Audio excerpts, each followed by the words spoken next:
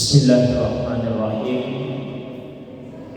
Assalamualaikum warahmatullahi wabarakatuh.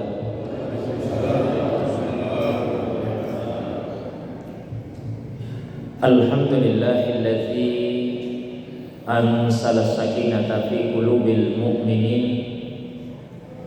Wassalatu wassalamu ala sayyidil awwalin wal akhirin, sayyidil anbiya wal mursalin, sayyidina wa habibina wa syafi'ina wa maulana Muhammadin wa ala alihi wa ashabihi wa ala man ittaba'an nur alladzi unsila ma'ahu ila yaumiddin.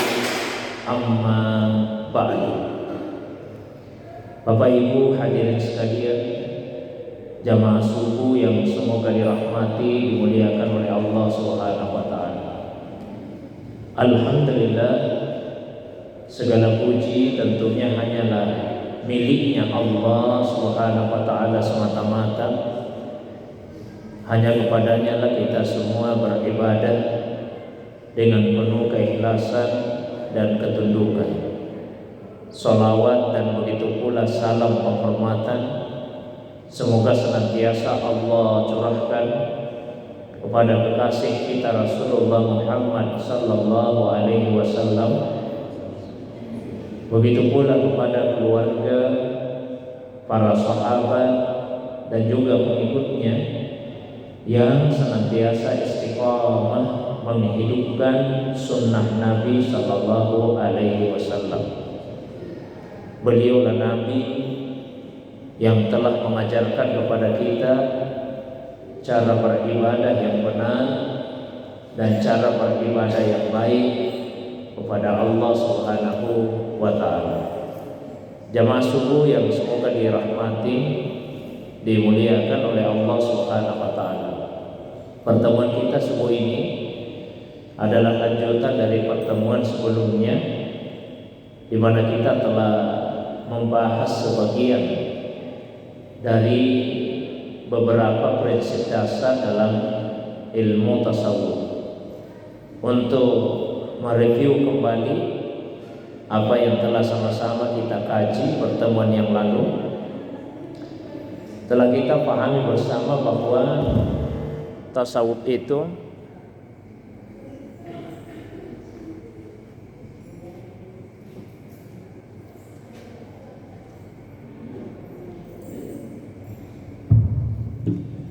saya ulangi, tasawuf itu bukan sekedar ilmu, tapi tasawuf adalah ilmu dan amal. Tasawuf adalah ilmu dipelajari untuk kemudian diamalkan, dan prinsipnya adalah man amila bima alima awrasahullahu ma lam ya'lam. Barang siapa yang mengamalkan apa yang sudah ia ketahui sebelumnya, maka Allah akan mewariskan apa yang belum ia ketahui sebelumnya. Ini tasawuf, ilmu dan sekaligus amal. Karena dia adalah ilmu, maka ia mempunyai prinsip-prinsip dasar ilmu. Semua ilmu-ilmu keislaman mempunyai 10 prinsip dasar yang diistilahkan dengan al-mabadi'u al-asyarah. Inna mabadi'a kulli fannin asyarah. Sesungguhnya prinsip dasar dari semua ilmu ada 10. Al-haddu wal maudu'u summa samra. Batasannya, definisinya, pengertiannya. Kemudian yang kedua pokok bahasannya, dan yang ketiga samra, manfaatnya, buahnya, hasilnya. Wa nisbatun wa fadlun wal wadi. Kemudian nisbahnya, kedudukannya dalam ilmu, keutamaannya dan peletak dasarnya. Wal ismul istimdadu hukm syari'. Kemudian yang ketujuh dia punya nama. Yang kedelapan istimdad, sumber pengambilannya. Dan yang ke-9 hukum syari, hukum mempelajarinya. Kemudian yang terakhir wa masailuhu, permasalahannya. Al-ba'du bil ba'di ittafa. Sebagian ulama memandang dengan mengetahui sebagian dari 10 prinsip dasar tadi itu sudah mencukupi atau memadai. Wa man daral jami'a hasas syarafa. Tapi siapa yang bisa mengetahui keseluruhannya, maka dia akan mendapatkan kemuliaan. Itu kira-kira yang sudah kita bahas pada pertemuan yang lalu. Nah, permasalahan-permasalahan dalam ilmu tasawuf itu diantaranya adalah mengenai maqamat. Maqamat artinya stasiun-stasiun yang mesti ditempuh oleh seorang sufi ketika ia ingin usul, ingin sampai kepada Allah Subhanahu wa taala. Karena yang kita inginkan atau seorang salik yang menempuh jalan menuju kepada Allah Subhanahu wa taala tentu ingin untuk usul, untuk sampai kepada Allah Subhanahu wa taala. Nah, ada maqamatnya, ada stasiun-stasiunnya, ya. Ada kedudukan-kedudukan yang mesti kita tempuh untuk sampai kepada jalan tersebut. Bermacam-macam atau berbeda-beda para ulama sufi dalam menentukan makam apa saja yang mesti kita lewati untuk sampai kepada Allah Subhanahu wa taala.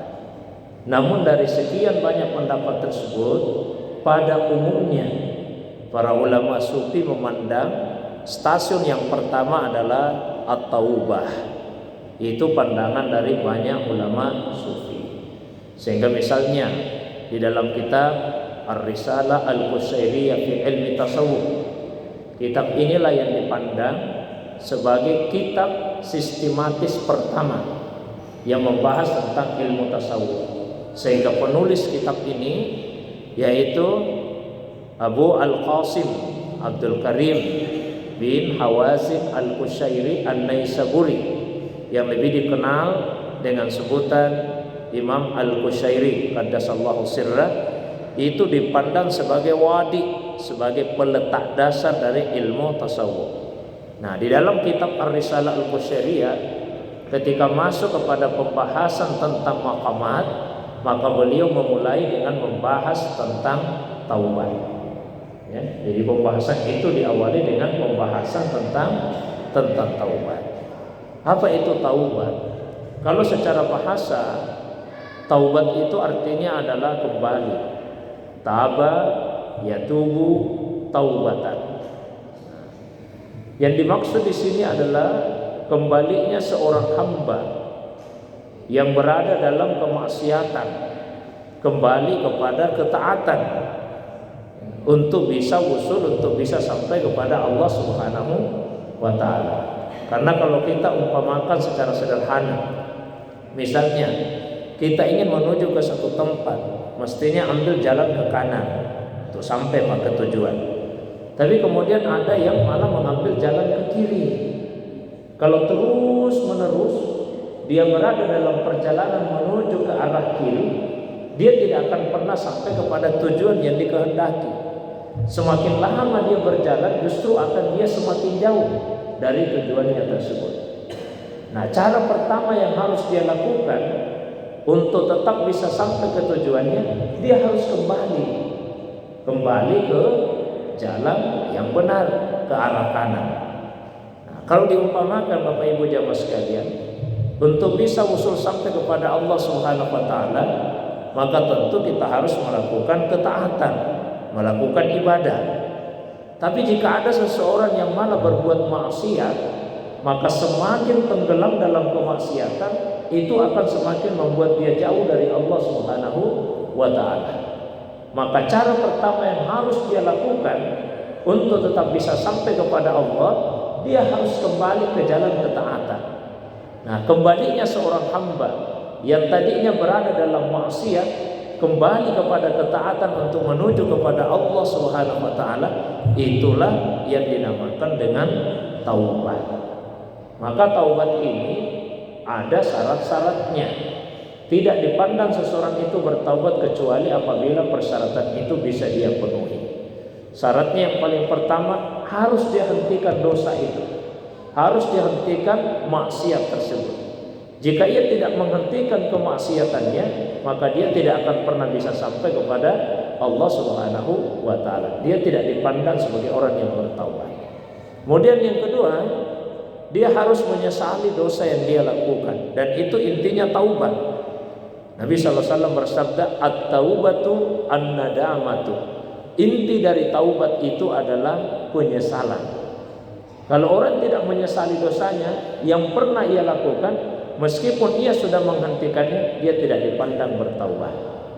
Lalu kemudian syarat yang ketiga, bertekad dengan tekad yang sangat kuat bahwa dia tidak akan mengulangi lagi maksiat yang sudah ia lakukan.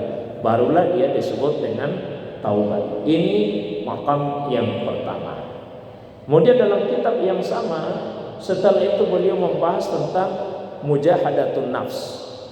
Bagaimana berjihad memerangi hawa nafsu.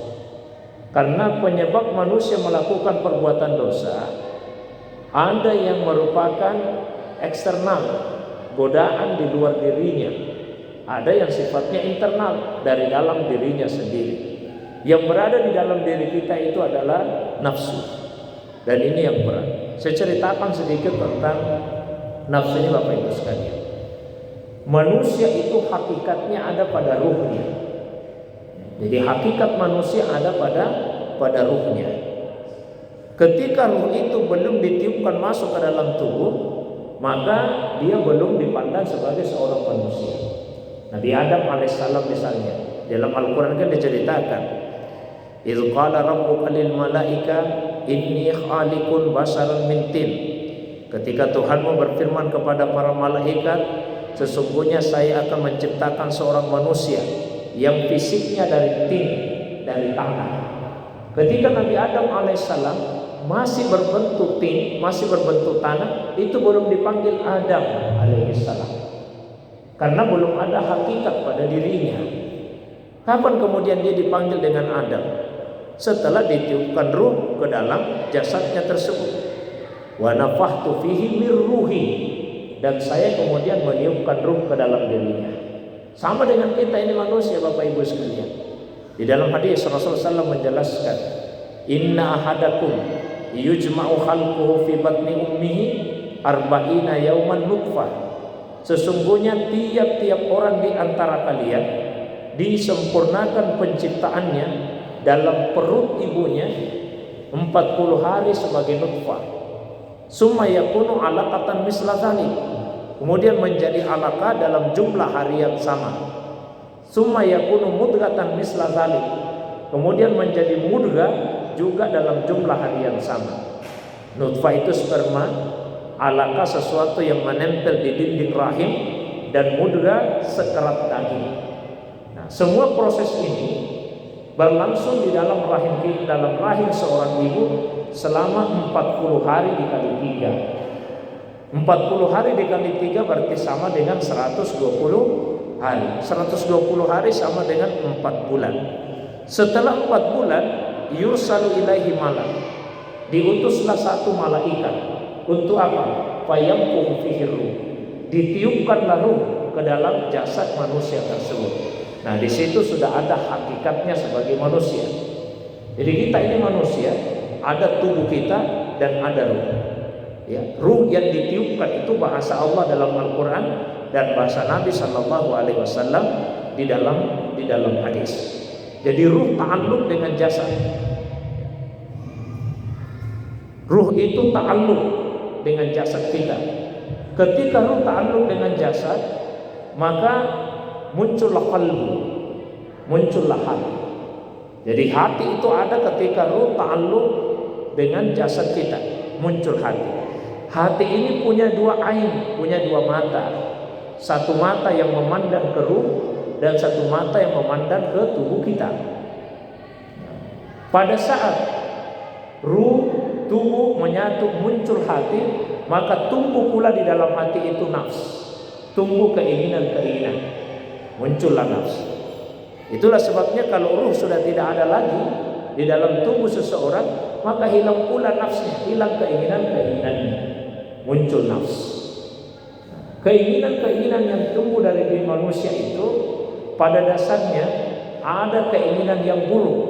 Nah, ini yang perlu kita didik, perlu kita bina. Nafsu punya tingkatan-tingkatan. Yang paling rendah disebut dengan nafsu ammarah bisu. Nafsu yang selalu mengajak manusia kepada keburukan. Dan ketika ia melakukan keburukan, tidak ada rasa penyesalannya sama sekali. Dinikmati dosa itu.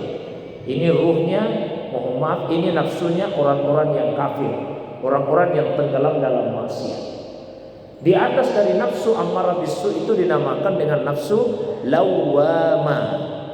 Nah, manusia yang nafsunya berada pada tingkatan nafsu lawwamah, dia sudah tahu taklif. Ada beban yang Allah Subhanahu wa taala berikan kepadanya. Hanya saja dia menyadari dia belum mampu melaksanakan perintah tersebut. Atau kalau dia melakukan perbuatan dosa, sudah ada rasa penyesalannya. Penyesalan itu dalam bahasa Arab disebut dengan laum. Itulah sebabnya nafsu ini dinamakan dengan nafsu lawwamah. Dan ini nafsu level yang pertama bagi orang yang beriman, nafsu lawwamah. Kalau yang di bawah Pak itu orang-orang kafir, ya, orang-orang yang tenggelam dalam maksiat. Kalau orang sudah beriman, maka minimal nafsunya diharapkan berada pada level nafsu lawwamah. Nah, di atasnya itu kalau dia mulai dididik dengan zikir, pada akhirnya dia akan berada pada nafsu mutmainnah. Tapi sebelum sampai ke nafsu mutmainnah, ada satu nafsu yang dilewati dalam fase waktu yang sebentar saja, disebut dengan nafsu mulhamah. Di dalam Al-Quran Allah Subhanahu wa taala berfirman, wa nafsi wa ma sawwaha fa'alhamaha fujuraha wa taqwaha. Demi nafs manusia dan penyempurnaannya, dan dia telah mengilhamkan kepada nafsu tersebut fujuraha wa taqwaha, potensi untuk berbuat dosa dan potensi untuk melakukan ketakwaan kepada Allah SWT. Ketika ia sudah mengetahui ini fujur, ini takwa, dia memilih ketakwaan dengan cara zikir, maka pada akhirnya nafsunya berada tadi pada nafsu mutmainnah. Ini nafsu yang level keempat. Dan itu yang mulai dipanggil oleh Allah Subhanahu wa taala. Ya ayyatuhan nafsul mutmainnah, wahai nafsu yang mutmainnah, yang tenang dalam zikir. Semakin tenggelam di dalam zikir, maka pada akhirnya nafsu itu akan naik menjadi nafsu radiyah. Nafsu radiyah yang rida dengan semua ketetapan Allah Subhanahu wa taala pada dirinya. Dan puncak pemberian Allah pada manusia itu adalah ridha. Wala saufa yu'tika rabbuka fatarda. Dan Tuhanmu akan terus menerus memberikan kepadamu ya Muhammad sampai engkau ridha.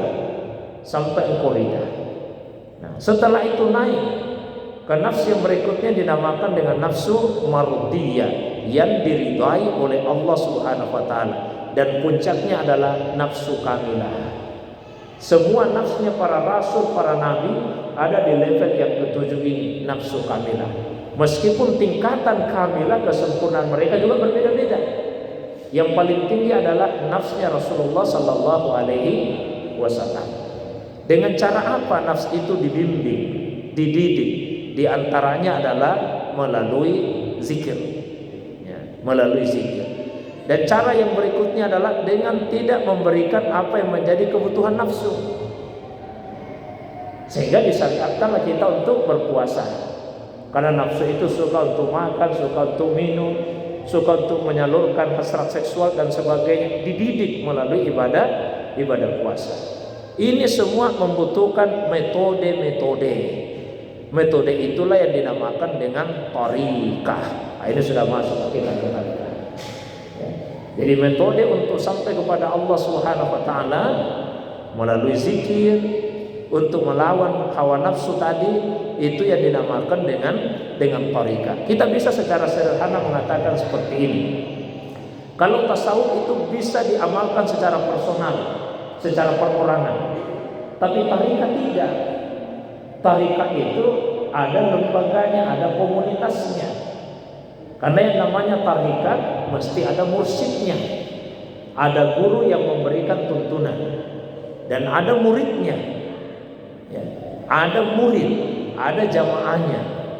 Antara mursyid dengan murid itu ada bai'ah sebagai pernyataan kesetiaan murid kepada mursyid. Tapi hakikatnya sebetulnya bukan ke mursyid, ketaatan itu kepada Allah Subhanahu wa taala.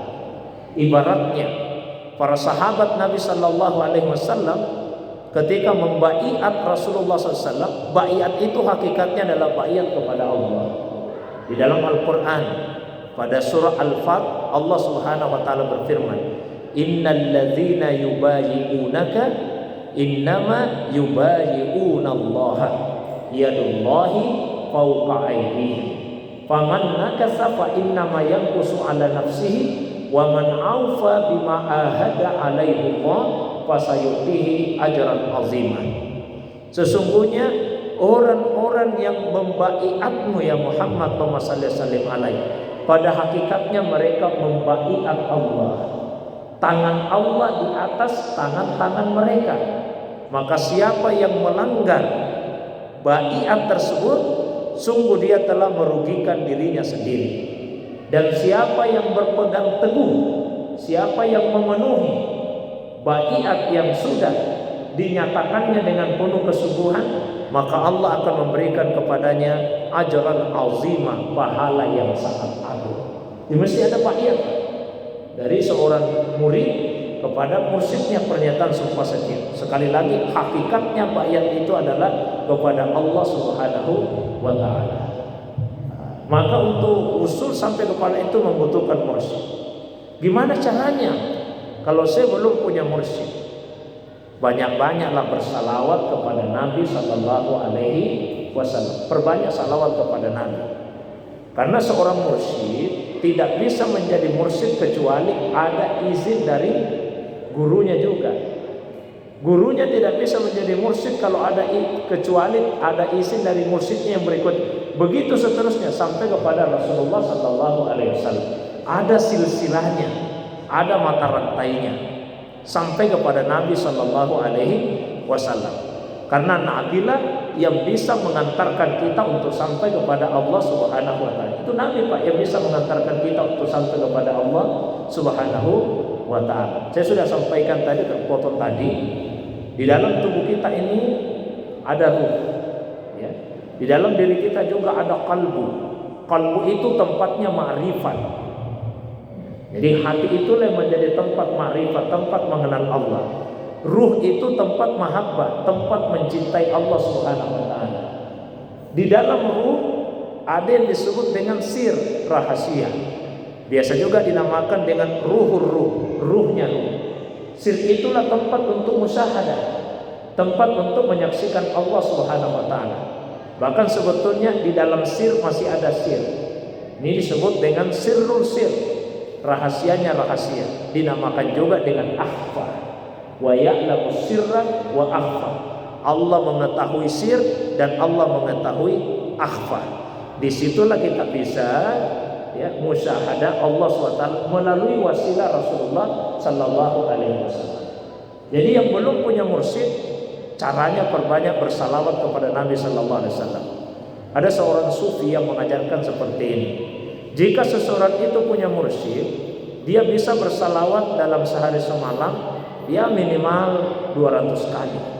200 kali. Tapi kalau tidak punya mursyid, paling tidak 1000 kali kita bersalawat setiap hari. Usahakan 1000 kali setiap hari kita bersalawat kepada Nabi SAW dengan salawat yang kita ketahui. Minimal yang pendek misalnya Allahumma salli ala Muhammad.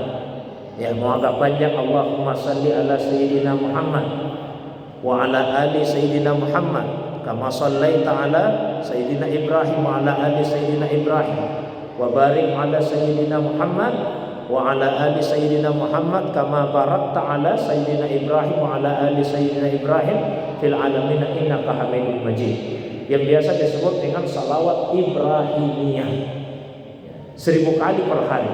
Insya Allah kalau ini rutin kita lakukan, maka kemungkinannya ada dua.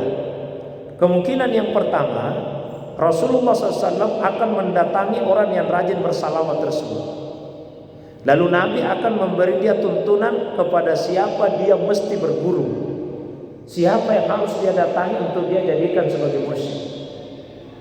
Kemungkinan yang kedua, Nabi sendiri, Nabi sendiri yang akan memberikan tuntunan kepada kita. Jadi yang satu dinamakan dengan inayah, yang kedua dinamakan dengan riayah. Kemungkinannya seperti itu, Pak. Jadi ini langkah yang bisa kita lakukan. Perbanyaklah bersalawat kepada Nabi Sallallahu Alaihi Wasallam. Nah, di dalam tariqah itu pasti ada zikir-zikir yang diajarkan. Ya, ada yang bersifat terbuka, bisa diamalkan oleh orang lain. Ada juga yang bersifat khusus, yang kita mengatakan, kenapa seperti itu? Nabi saja suatu waktu itu kumpul dengan sahabat-sahabat di dalam masjid. Kemudian Nabi bertanya, hal fikum garib? Apakah di antara kalian ada garib, ada orang asing, ada orang lain tidak? Nah, para sahabat, tidak ada ya Rasulullah. Kata Nabi, kalau begitu tutup pintu. Ditutuplah pintu masjid.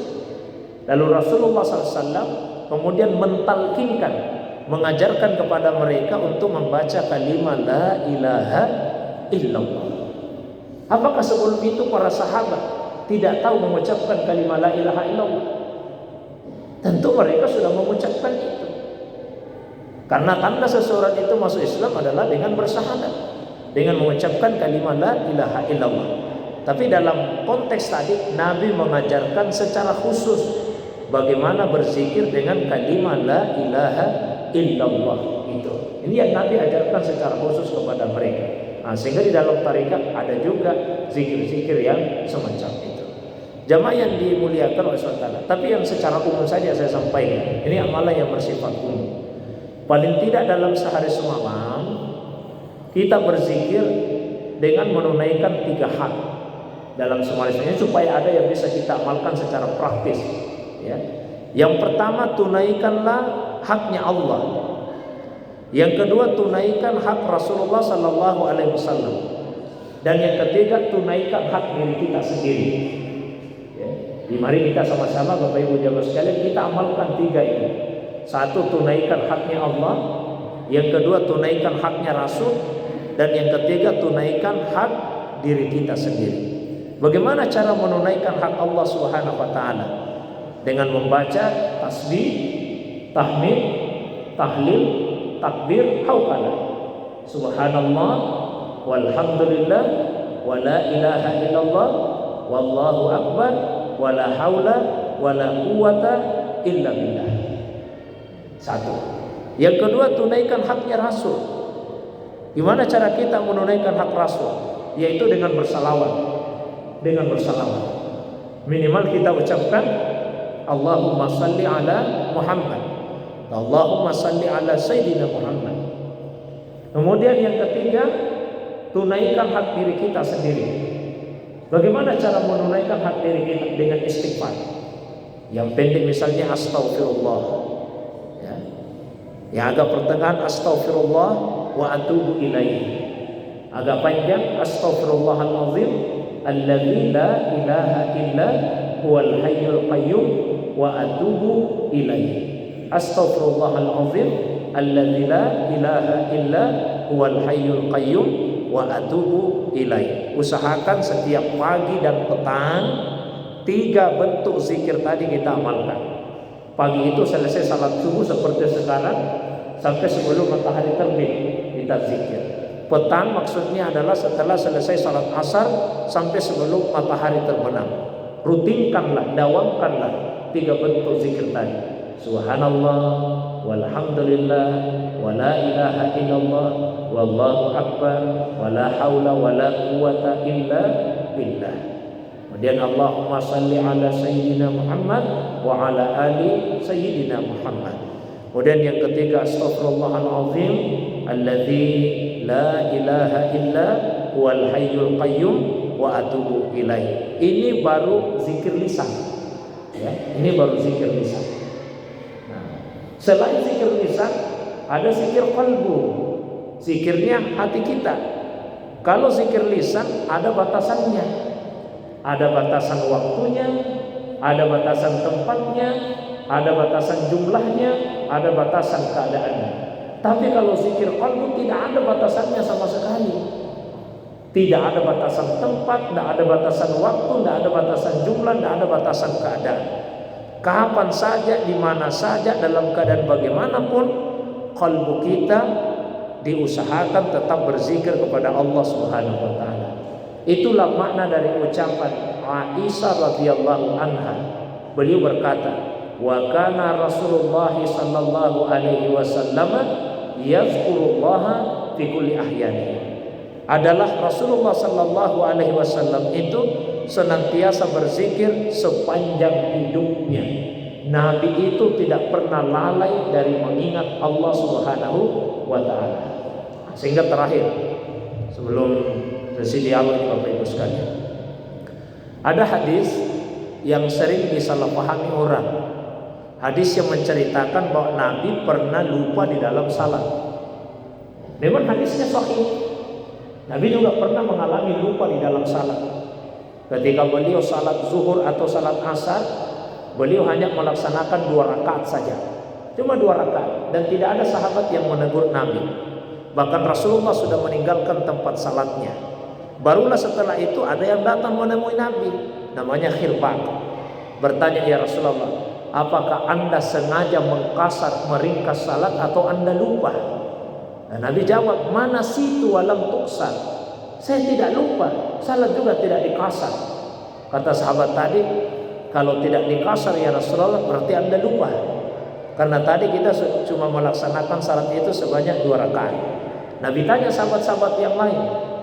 Sahabat yang lain membenarkan. Maka Nabi kemudian melanjutkan, "Sekali lagi ini hadisnya sahih, ada di dalam kitab Sahih Bukhari." Tapi kemudian biasa disalahpahami.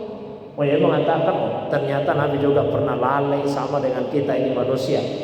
Berarti Rasulullah SAW juga tidak khusyuk dalam salatnya, karena beliau juga pernah lalai. Tidak seperti itu penjelasannya Bapak Ibu sekalian. Ada perbedaan antara kelalaian jumlah rakaat yang dialami Nabi dalam salat dengan kelalaian yang kita alami di dalam salat. Bedanya di mana? Salat itu kan ibadah. Salat itu ibadah. Kemudian dalam beribadah yang kita tuju adalah Allah. Kita sebutlah Al-Ma'bud. Jadi orang beribadah kepada Al-Ma'bud, kepada Allah SWT. Kalau kita ini manusia biasa lalai, itu disebabkan apa? Disebabkan dunia. Ketika kita mengingat dunia di dalam salat kita, maka itu membuat kita lalai. Lalai dari Allah, bahkan lalai dari ibadah itu sendiri. Tapi kalau Rasulullah SAW, dia lalai tentang rakaat salatnya, ibadahnya itu bukan karena dunia, tapi karena apa? Justru karena beliau lebih khusyuk kepada Allah Subhanahu wa taala. Kehusukannya mengingat Allah itulah yang membuat beliau malah tidak fokus kepada ibadah itu. Karena fokusnya kepada Allah Subhanahu wa taala. Itu bedanya, Pak. Jadi jangan samakan apa yang dialami oleh Nabi di dalam salat dengan apa yang kita alami. Kan ada orang Pak seperti ini. Dia tidak lalai dalam salat. Dia tahu betul rakaat-rakaatnya sekian. Ya. Tapi dia lalai dari Allah. Fokusnya ke ibadah, bukan kepada Allah. Nah, kalau Rasulullah SAW bukan hanya ke ibadahnya, tapi ke Al-Ma'bud. Kadang-kadang begitu fokusnya Rasulullah kepada Allah, sehingga beliau lupa rakaat salat itu. Itu yang dialami oleh Rasulullah SAW. Jadi sekali lagi jangan disamakan. Pesan saya yang terakhir, Bapak Ibu jamaah sekalian, mari kita berusaha untuk senantiasa mendekatkan diri kita kepada Allah Subhanahu wa taala sedekat-dekatnya sesuai dengan kemampuan kita. Apakah itu dalam bentuk ma'rifah, mengenal Allah, atau mahabbah, mencintai Allah. Dan syukur-syukur kalau Allah memberikan pada kita karunia berupa musyahadah, menyaksikan Allah Subhanahu wa taala. Untuk itu tundukkanlah nafsu kita dan perbanyaklah zikir. Minimal dalam sehari semalam Setiap pagi, setiap petang tunaikan 3 hak: hak Allah, hak Nabi, dan hak kita sendiri sebagai manusia yang pasti banyak berbuat dosa. Ini supaya ada amalia praktis yang bisa kita amalkan. Karena di awal saya sudah sampaikan, tasawuf bukan sekedar ilmu, bukan sekedar teori, tapi dia adalah amal. Ya, rugi kita membicarakan tentang tasawuf kalau kemudian tidak ada yang bisa kita amalkan dalam kehidupan keseharian kita. Mungkin itu saja yang bisa sampaikan pada kesempatan pengajian subuh ini. Kalau ada yang ingin ditambahkan, ada yang ingin didiskusikan, baik yang berkaitan dengan pengantar tadi atau masalah agama yang lain di luar dari apa yang saya sampaikan, saya persilakan pada Bapak Ibu saya mungkin 1-2 pertanyaan saja karena sempitnya waktu. Demikian untuk sementara. Assalamualaikum warahmatullahi wabarakatuh. Ada apa ini? Silakan. Silakan.